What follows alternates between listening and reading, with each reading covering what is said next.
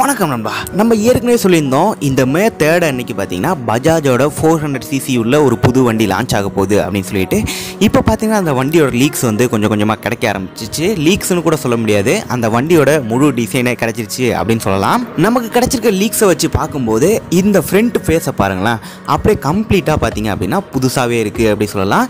அந்த டிஆர்எல் பாருங்கள், அதுக்கப்புறம் அந்த ப்ரொஜெக்டட் ஹெட்லாம்ப் பாருங்கள், சூப்பராகவே இருக்குது அப்படின்னு சொல்லலாம். கொஞ்சம் வித்தியாசமாகவும் இருக்குது. அடுத்தது அந்த டேங்க் சைடு பார்த்தோம் அப்படின்னா ஒரு புது டேங்க் டிசைன் அப்படின்னு கூட சொல்லலாம்.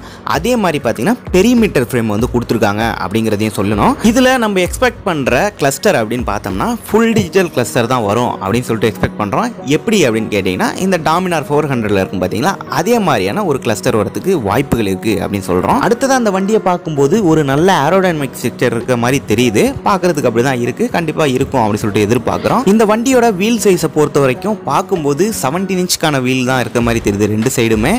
அது மட்டும் இல்லாமல் இதில் டூயல் சேனல் ஏபிஎஸ் வந்து ஸ்டாண்டர்டாக ஆஃபர் பண்ணிடுவாங்க. ஏன்னா இது ஒரு 400cc செக்மெண்ட் அப்படிங்கும்போது கண்டிப்பாக ஸ்டாண்டர்டாக ஆஃபர் பண்ணுறதுக்கு அதிகமான வாய்ப்புகள் இருக்குது.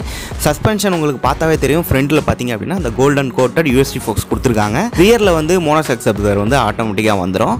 இந்த வண்டியில் கொடுத்துருக்க இன்ஜின் உங்களுக்கு ஏற்கனவே தெரியும், இந்த பஜாஜ் டாமினார் 400 யூஸ் பண்ணியிருக்க அதே சேம் இன்ஜின் தான் வரப்போகுது. இதே இன்ஜின் தான் பார்த்தீங்க அப்படின்னா கேடிஎம் ஆர்சிலெலாம் யூஸ் பண்ணியிருக்காங்க அப்படின்னு சொல்லணும். அந்த 390 யூஸ் பண்ணியிருப்பாங்க பாருங்கள், அந்த இன்ஜின் தான் இதுவும். ஆனால் கேடிஎம்ல பார்த்தீங்க அப்படின்னா பவர் அண்ட் டார்க் கொஞ்சம் பூஸ்ட் பண்ணி கொடுத்துருப்பாங்க. இந்த இன்ஜினில் வந்து பவர் அண்ட் டார்க் கொஞ்சம் கம்மியாகவே இருக்கும் அப்படின்னு சொல்லலாம். இந்த வண்டியோட ப்ரைஸ் எக்ஸ்பெக்டேஷன் அப்படின்னு பார்க்கும்போது 2 லேக்லேருந்து ஒரு 2.2 லேக் உள்ள வரதுக்கு அதிகமான வாய்ப்புகள் இருக்குது. கண்டிப்பாக வந்து இந்த 400cc செக்மெண்ட்டில் கொஞ்சம் அஃபோர்டபுளான ஒரு ப்ரைஸ் அப்படின்னு சொல்லலாம். நீங்கள் இந்த வண்டியோட காம்படேட்டிவ் எது அப்படின்னு கேட்டிங்கன்னா இது 400cc அப்படின்னு பார்க்கும்போது நமக்கு ட்ரையம்ஃப் 400 ஆட்டோமேட்டிக்காக வந்துடும்.